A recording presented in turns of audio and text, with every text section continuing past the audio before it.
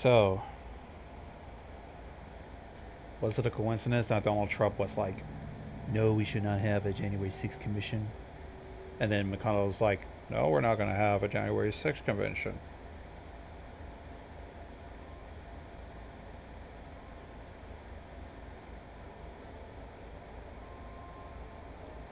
Is it really that much of a coincidence that they try to say that no, we're not, no, Trump's not the leader of the party, but in fair, in actuality, they just did what he was suggested to. Let me just turn off the. Actually, I should turn the mic off mute there. So they just voted on it, and it passed the House. The vote was 252 to 175. That's 217 Democrats and 35 Republicans voted in favor of the commission. Two Democrats and one Republican didn't vote at all. The nays, of course, were 175 Republicans. The bill now heads to the Senate. Yeah, and that's where Mitch McConnell was like, no, we're not going to do it. We're not going to have Yeah, this well, commission. okay, so here's the thing. So our guy Rick Wilson talked about us a little bit on the breakdown last night. Mm-hmm. The reason these guys don't want to do it is, first of all, of course, Trump told them not to do it. Is that, first that's that a major coincidence. They try to say that yeah, Trump is not the leader of the party, but yet they're doing everything he says. well, it depends on who you ask. Like the guys that haven't given up the game yet, like Kevin McCarthy's and Mitch McConnell's of the world, they'll be like, no, it's totally fine. No, not leader of the party at all. But if you're Matt Gaetz, who, by the way, is fucked, to put it bluntly, if you're Matt Gaetz or Mark Taylor Greene, you're like, yeah, Trump's leader of the party. But of course, the reason Trump doesn't want this commission to happen, of course, is because even though he may not necessarily face any legal consequences, because then it's going to get into a matter of, can a president be held criminally liable for their rhetoric, which is like a whole different can of worms.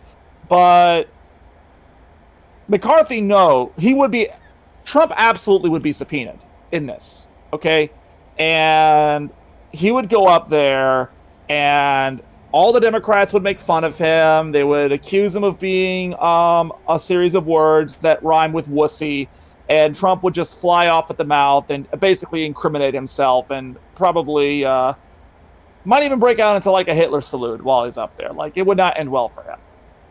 More practically, though, for Kevin McCarthy, he would be subpoenaed as a witness, absolutely, because we all know that he had a conversation with Trump during the insurrection where McCarthy was like, dude, you got to call this off here. You got to get these guys out of here. And Trump was like, well, Kevin, maybe they're more upset about the election than you are. And Kevin's like, bitch, who do you think you're talking to? Of course, now he denies that conversation ever happened, of course. But we know what happened. We also know that some of the people that were responsible for organizing this rally were having conversations with the White House in the lead up to it. We don't know the extent of these conversations, but we know that they happened. So it's like with Benghazi, okay? So with Benghazi, that was a bad situation. There were things about that were certainly worth investigating, not to the extent that the Republicans obsessed over it for years. Trying to pin Hillary Clinton into it, despite basically, I mean, it's like there was a lot of things about that needed to be clarified and everything, but it just got to a point where it literally became a witch hunt. But I mean, think about this. Republicans were obsessed for years about an attack on an embassy in another country on the other side of the fucking planet. This was a direct attack on the freaking Capitol building. Those people that stormed that building were there to murder them. Like the guy who said, like, what's his name? Said, oh, they're just tourists. It was fine. They weren't really. Yeah, Representative Andrew Clyde. There was no insurrection, and to call it an insurrection, in my opinion, is a bold-faced lie. Watching the TV footage of those who entered the Capitol and walked through Statuary Hall showed people in an orderly fashion staying between the stanchions and ropes, taking videos and pictures. If you didn't know the TV footage was a video from January the 6th, you would actually think it was a normal tourist visit. There's unearthed photographs of him being scared shitless. Oh yeah, absolutely, yeah, totally. They were just tourists. That's why you're fucking barricading the door there, you jackass. So, Yeah. but so all of this is basically their attempt to kind of rewrite history around the election. Because understand this, they're not they're not upset that the insurrection happened. They're upset the insurrection didn't work. All right, that's what they're upset about here. They're upset that Mike Pence is still alive and not hanging from the gallows that they brought up. They're not happy that Nancy Pelosi is still alive. They're not happy that Trump isn't. They're not happy that Trump isn't dictator for life or anything like that. They're upset that it didn't work. So, yeah, I mean, that's the reason why they know that if this goes through, and the Senate being what it is, we'll see what happens there. But passing the House is a big deal, especially because it got 35 Republicans. And of course, I'm sure that Matt Gaetz and Marge Taylor Greene and Lauren Boebert will be leaking those names to Tucker Carlson. I predict Tucker Carlson will be ranting tonight. And it's like, and Rick raised a good point about this. He absolutely wants the GOP to be scared shitless about this. He wants like 5 days of Fox News of Sean Hannity and Tucker Carlson and Laura Ingraham and Jeanine Pirro's. He wants blood gushing out of their eyes as they rant and rave over Donald Trump being called to testify about this, and see them try to rewrite history and twist it into like, oh, it was really the Antifa super soldiers and stuff like that. Yeah, totally totally denying that their own followers were there, and that that's not gonna fucking backfire. Well, it's not right now, because that's the thing, is that the GOP is trying to rewrite history around the insurrection. They're trying to say like, well, it was actually Black Lives Matter, or it was actually Antifa. But like, hey, did you know that only Trump supporters died that day? And never mind, the reason they died was because they were, a police officer died. And by the way, the family of said police officer just put out a statement saying, yeah, we absolutely need this commission to be a thing. And number two, the reason those Trump supporters died is because they were trying to mount a fucking insurrection. Like, that's not unrelated there. So, I mean, there's obvious reasons why the GOP doesn't want us to go through. They feel that if they can kind of reframe the narrative around the insurrection, or the hell, that's the reason why you had people going like, well, what about the Black Lives Matter riots? What about the Portland riots? Why don't we investigate that? It's like you're trying to put them on the same footing. They're not on the same fucking footing. I mean, yes, there were riots at these protests. Yes, the jackasses in Portland stormed a federal courthouse. That was bad. Sacking the fucking Capitol building is infinitely worse than all that. Like, you can't put them on the same level. I mean, it's like trying to equate robbing a gas station with robbing the Federal Reserve. There's one of them is... the Federal Reserve is just another place. Yeah, I mean, yeah, it's like, you can't put the Capitol building on the same level as like a police station in like bumfuck Iowa. Okay, you can't do it. You just can't do it. I mean, shit. Some people were trying to pull this shit off because of the whole statement about Biden, and I did a long ass thread about it. It's also that kind of affair. It's trying to push them two together, and trying to say they're both equal and shit. It's just fucking stupid. Yeah, it's not. I mean, like, I know that there's certain people out there that they will see Biden as being just as bad as Trump. Like, I know right now the progressives predictably aren't happier with Biden than they were with Trump, which we all knew was going to happen. I mean, these people are not going to be happy until Bernie or AOC gets in the White House, and maybe not even then. But it's like, Rick brought this up on Bill Maher. Like, Biden is doing a better job than Trump because Biden doesn't get up every day and ask, gee, what can I tweet that will set the whole goddamn planet on fire? Like, he doesn't ask himself that. He's interested in actually doing the job of governing, and now he's trying to find a way out of this this quagmire in the Middle East. And yeah, he's willing to lean on Bibi a little bit. He's willing to kind of he's willing to kind of maybe jeopardize our relationship with Israel a little bit, in the name of getting this whole thing wrapped up.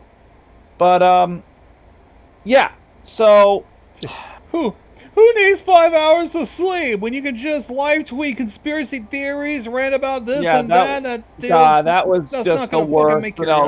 But at no time, having known Joe Biden for quite some time, does he have the energy of Donald Trump. We both know it. Donald Trump didn't need to sleep 5 hours a night, and he would be engaged. Going on fucking Hannity be like, well, Trump didn't need 5 hours of sleep. Yeah, we kind of noticed. Yeah, when you're tweeting at 3 in the goddamn morning, that's like not something to be fucking proud of there. But it's all they got. They know it's all they got. I mean, I swear that I've already seen some people like trying to critique Biden being like, oh, well, I would rather have a guy who kicks ass and takes names than a guy who isn't mean on Twitter. And it's like, fuck off, okay?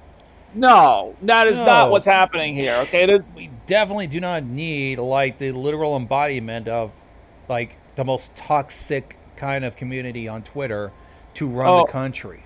This comes from our friends over the Lincoln Project. This is Tim Ryan from Ohio 13, I believe. He's Democrat. He's just giving GOP the fucking business right there. If we're going to take on China, if we're going to rebuild the country, if we're going to reverse climate change, we need two political parties in this country that are both living in reality, and you ain't one of them. This lie just can't go any further anymore. I mean, it's losing its legs. It's just damaging more people than... It's just doing more damage than the benefits. Is it, though? Is it?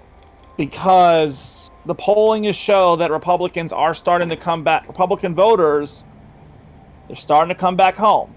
They're starting to come back home to this. And I've said before, Americans have a very, very short political memory. Okay? The GOP, they're trying to reframe the narrative around January 6th. And so far, it's working. Okay? Because you have people like Liz Cheney getting purged, while they're also rewarding people like Peter Bisbee. He has been promoted to the executive director of the Republican Attorney General Association. These were one of the people that funded the January 6th rally that resulted in the insurrection. And they also made their new chairman, South Carolina Attorney General Alan Wilson. And Wilson is radical enough that Lynn Wood, Lynn Wood is a fan of him. In fact, he's actually facing a disciplinary complaint right now for supporting false and frivolous lawsuits to overturn the election.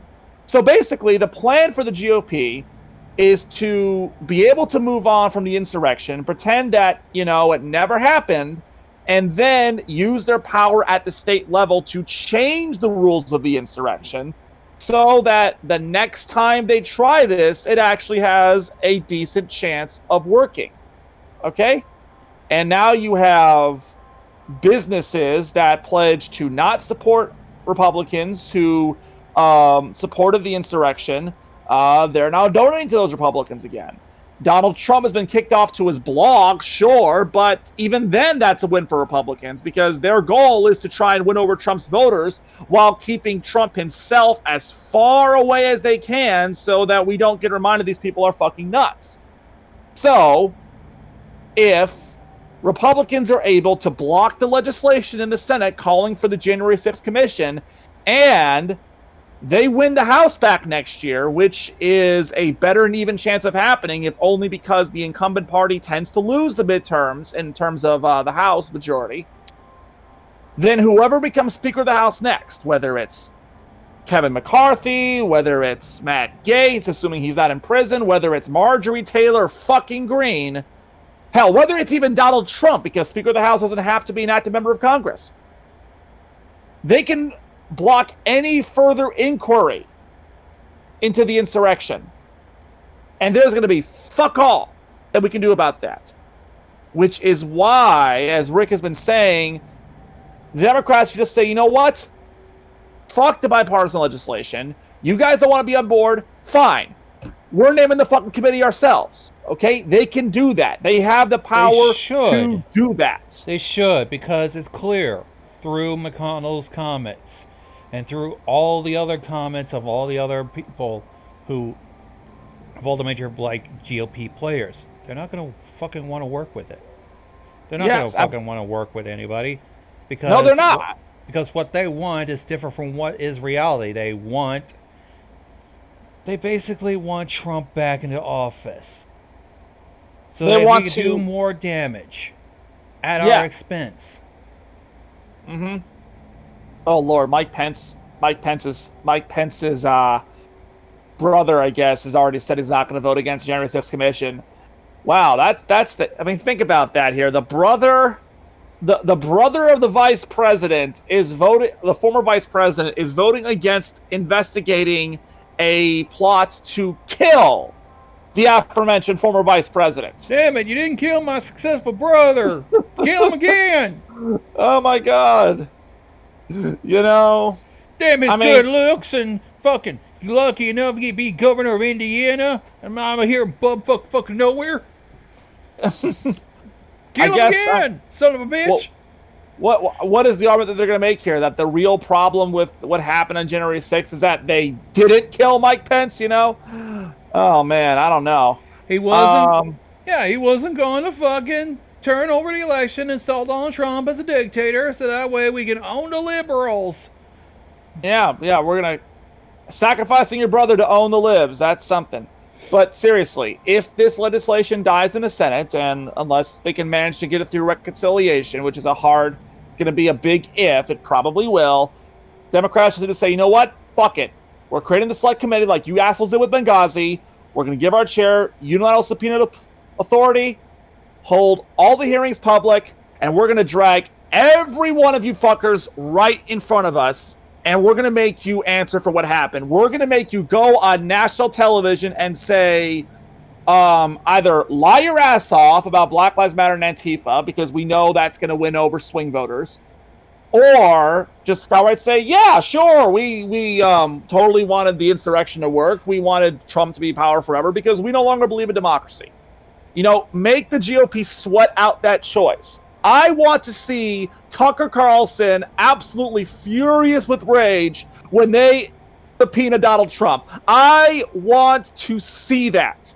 As much as I want to see, well, first of all, I want to see Matt Gaetz get fucking perp walked, and that is probably coming before the 4th of July. Like, that's coming pretty soon in all likelihood. But I want to see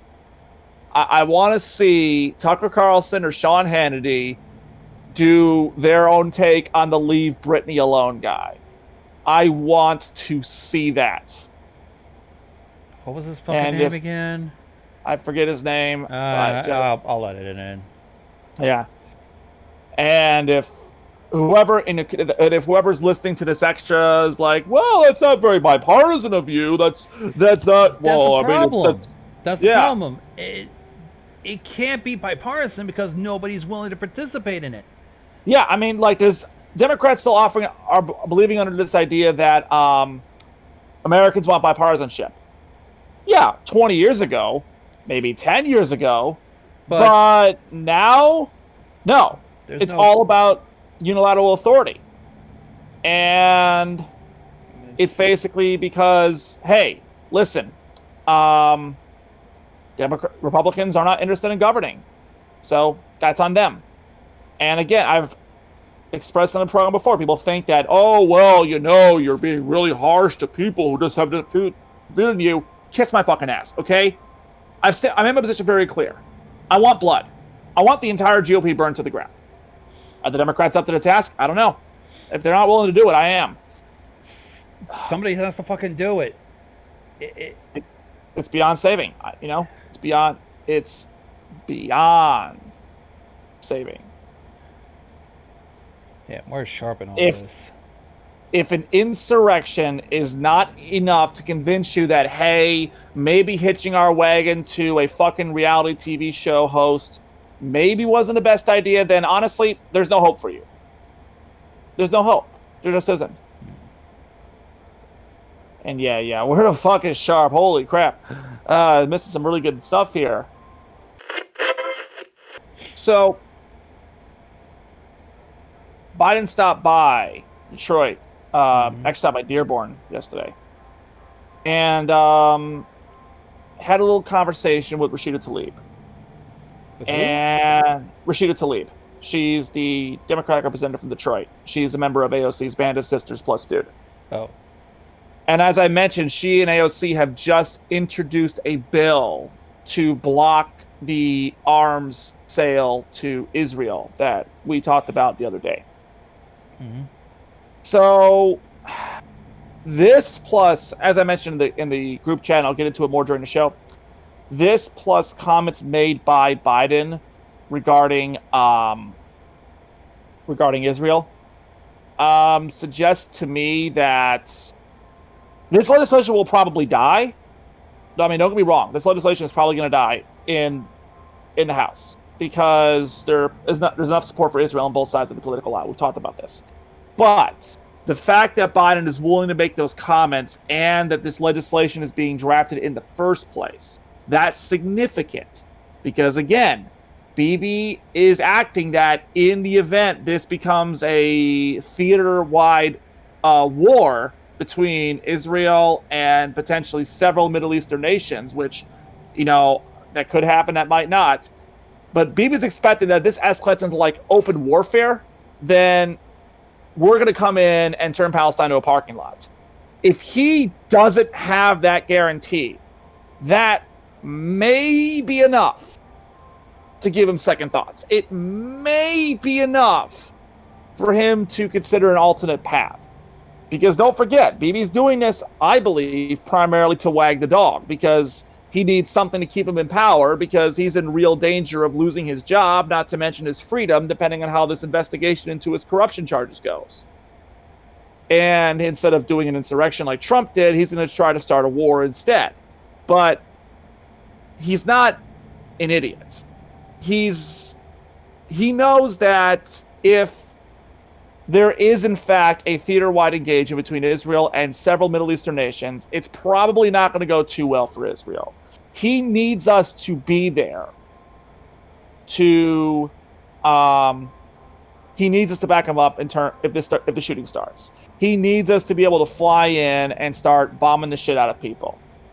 If that doesn't happen, if we tell him, yeah, you're on your own, then that may be enough to make him reconsider his course of action. It might be enough to make him go, you know what? Maybe bombing offices housing Al Jazeera and the Associated Press might not be the best idea. Despite what Tom Cotton thinks, it was worth it because Hamas is there, and clearly, since they live in the same building, they're in cohorts. I mean, of all the various dumb things Tom Cotton has said, and he said plenty of dumb things, that's up there. That is up there. Why is the Associated Press sharing a building with Hamas? Surely these intrepid reporters knew who their neighbors were. Did they knowingly allow themselves to be used as human shields by a U.S.-designated terrorist organization? Did the AP pull its punches and decline to report for years on Hamas's misdeeds? But no, that does not justify the loss of other lives. You're not going to kill off an entire fucking town just because one asshole just decided to light fireworks. And for what it's worth, Israel hasn't yet showed us any evidence. We haven't seen the evidence yet that Hamas was there. They have not provided us with any hard evidence that says, yes, Hamas was running intelligence operations out of this building. Or certainly anything that would justify that would justify leveling the whole building. Yeah, As because it'll be opposed looking to- like, and this is just me, if I was in his shoes, this would probably be looking like I'm trying to silence any actual reporting here, so that way I could just go onto the screen and say everything's fine. Yeah, absolutely. Like, there's no question about that in my mind. That's what's going on here, is that he's mainly just trying to.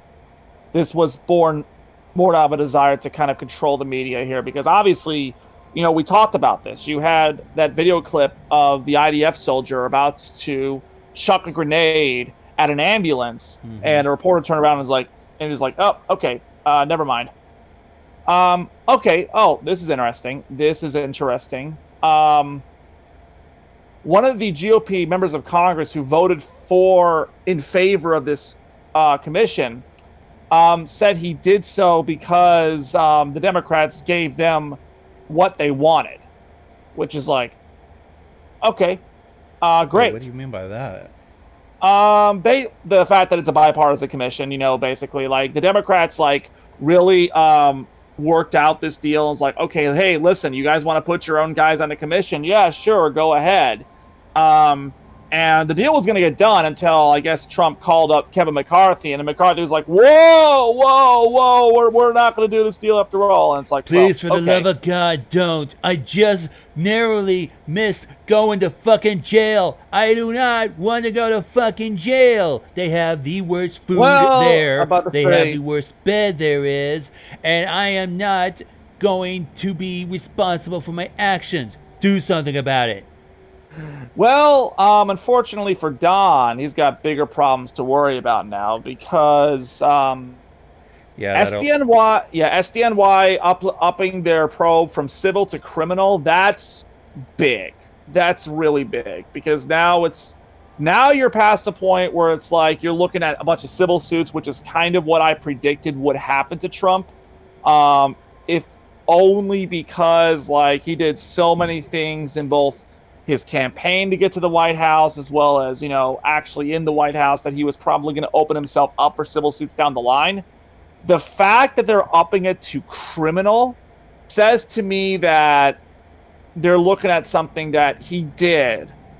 And again, this isn't necessarily anything to do with Russia, Ukraine, or really pretty much anything in the White House. It's just that Trump may have done something toward a criminal probe. And these guys don't play around. Trump is probably going to be seeing the inside of the courtroom sooner rather than later. And he's not going to be prepared for that. He is not going to be ready for that. And SDNY will throw the book at him. Like I said, I mean, the one thing that's... Do I acknowledge that Trump is the front runner for the GOP nomination 2024? Absolutely, I do. The only reason I'm not giving him that, I'm not anointing him that right now, I'm not saying that it's his to lose, is because I do believe he's not going to be running in 2024, because he'll either be dead or he'll be in prison. So that's going to be the fact. Again, I mean, it's a big deal that it's now been up to a criminal probe there. So yeah, Trump absolutely could end up in jail. But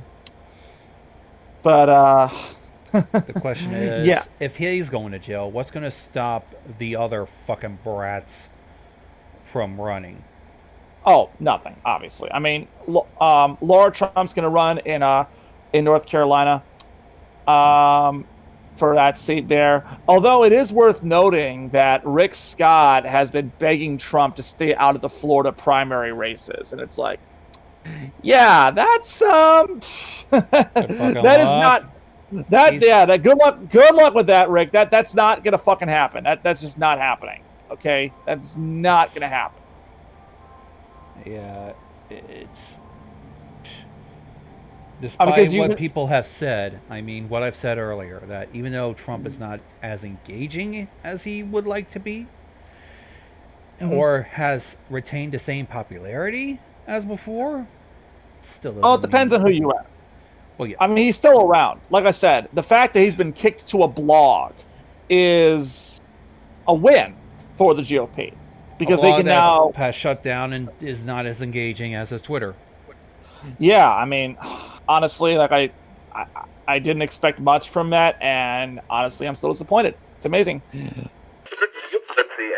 Oh, they're already trying to kind of drag AOC through the mud here. I remember seeing at one point that fucking I can't remember which one. Was it Laura Boebert or whichever? They try to cosplay as AOC and try to pass her off as like a dumbass that just lucked out. And just basically, yeah, she went from bartender to politician just on luck alone, even though she graduated something cum laude. Lewd joke, but I know. And pretty much was a little bit smarter than, say, a bitch who basically was raised with money. So, but yeah, so this comes from Brent Scherer, who's a writer for the Free Beacon. Got photos of AOC's Tesla being parked illegally in front of a Whole Foods that's right next to her luxury apartment building, and is going on like this is like the single biggest scandal this year. Like I'm posting a tweet like you need to see this. Like just because we ended up overreacting with the whole 2 scoops bullshit during Trump's early days doesn't mean you have to outdo it. Yeah, well, like, it's like Jesus. You guys already fucked up with trying to smear Biden over burgers because you think if we cut the red meat out of our diets, we're going to reduce the population so that way Biden will meet his goals. No! The dude grills! He has been seen grilling! And that would be fucking impractical as fuck! Are you really reaching this low to the point to where you're making us feel better about overreacting to Trump having 2 scoops of fucking ice cream? they could be getting directly to that point because it's like, oh my god, breaking exclusive! AOC illegally parked her car!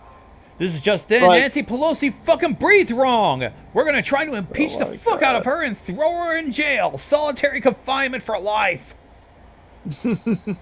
I mean, they would try that. They would try that. I don't think they. I'm not sure they know that you can't actually impeach the Speaker of the House. So, yeah. I mean, that's just. I mean, look, we all know that these guys are going for the clickbait. They're going for the outrage machine because this is what they have to thrive on right now. This is going to be what the GOP thrives on for the foreseeable future. It's no longer about like actual policy or debating or like, trying to say, well, listen, we know that it's not really popular for Israel we know that Bibi's not really a popular guy right now, but we think we need to send these bombs to Israel because groups like Hamas present a clear danger to the safety of the Israeli people, and we need to stand up against that. Instead, it's going to be like Biden's trying to destroy Dr. Seuss. Those are the headlines that you're going to be seeing on Fox News for the foreseeable future, and it's a sad state of affairs, really. The party of Lincoln and Reagan has become the party of whatever. Oh, as if on cue from our friends over at Political Polls, we got a Morning Consult Politico polling of 982 likely voters taken this week about who the presumptive nominee for 2024 is for the GOP, who they would pick. As you can see, Trump is in the lead at 48%, Ron DeSantis at 8%, Romney at 4%, which is very interesting, and Rick Scott and Josh Hawley 0.0%. I gotta see these numbers. I just posted them in the group chat. Liz Cheney got 1%. So there are more people that want Liz Cheney to run for president than Josh Hawley. They want Josh Hawley to run for president. How do you like that? I mean, Cheney does want to stop Trump from going back into the Oval Office by any means, considering now that her party has ousted her forever, thinking that Trump should accept responsibility for his actions. Yeah. How dare they? I now know, it's right? pretty much evident that since she wasn't going along with the party, she might as well try to do it to stop her. I'm hoping that she will succeed. I mean, she's got the chutzpah, but she needs the support. I honestly do hope she runs. I hope she runs. I don't think she'll win, but we've talked about, the Ross Perot. She could very easily Ross Perot Trump or whoever the 24 nominee is. I will say this right now. If they end up picking Mike Pence for 2024 nominee, it shows that they've officially given up. They're just out of ideas. Like, yeah, we're just going to go with Mike Pence because we got no one else. And at that point, if it's Joe Biden versus Mike Pence, then just start planning the fucking inauguration for planning Biden's re-inauguration speech. Not that I want to jinx anything, but if you're counting on Mike Pence to save you, things have gone very, very, very wrong.